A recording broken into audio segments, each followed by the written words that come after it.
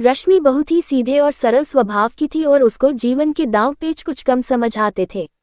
रश्मि को जब देखने लड़के वाले आए थे तो भी रश्मि कुछ ज्यादा बोल नहीं पाई थी और किसी ने खूब कहा है कि शब्दों से जाहिर न करना किसी के वजूद की पहचान, हर कोई इतना कह नहीं पाता जितना महसूस करता है, और ये कहावत रश्मि पर बिल्कुल सटीक बैठती थी। लड़के वालों को रश्मि की सादगी पसंद आ गई और बात पक्की हो गई।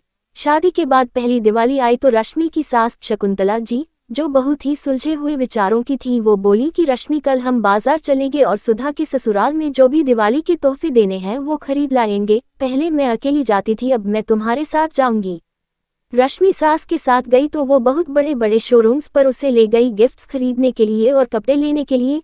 क्योंकि रश्मि मिडिल क्लास से थी तो वो कभी ऐसी जगहों पर नहीं गई थी, तो उसको बहुत अच्छा लग रहा था। सब उसकी सास की इज्जत कर रहे थे क्योंकि वो उनके यहाँ अक्सर आया जाया करती थी।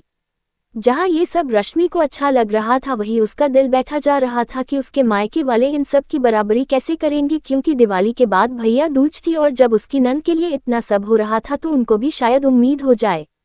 रश्मि ने बातों बातों में अपने घर पर ये बात रखी तो उसकी माँ, जो कि एक विधवा थी, उन्होंने अपनी चूड़ियां गिरवी रखकर रश्मि के लिए गोल्ड बनवा दिया और दिवाली पर उसके भाई भाभी को सामान लेकर भेजा। सबने खाना खाया और रश्मि किचन में बर्तन रखने गई तो शकुंतला जी ने कुंदन, रश्मि का भाई, से एक बात कही। बेटा अगर बुरा न मानो तो एक बात कहूँ। जी आंटी जी कहिए। ये जो भी कुछ तुम लाए हो वो मैं जानती हूँ अपने सामर्थ्य के बाहर से लाए हो, क्योंकि हर लड़की अपने मायके का मान चाहती है अपने ससुराल में। पर मेरा निवेदन है कि 250 रुपये और एक मिठाई के डिब्बे से ज़्यादा मैं कुछ नहीं रखूंगी, क्योंकि भाई का हक होता है बहन को देना, इसलिए ये शगुन और तुम दोनों का प्यार हमेशा मीठा बना रहे, इसलिए ये मिठाई काफ़ी है।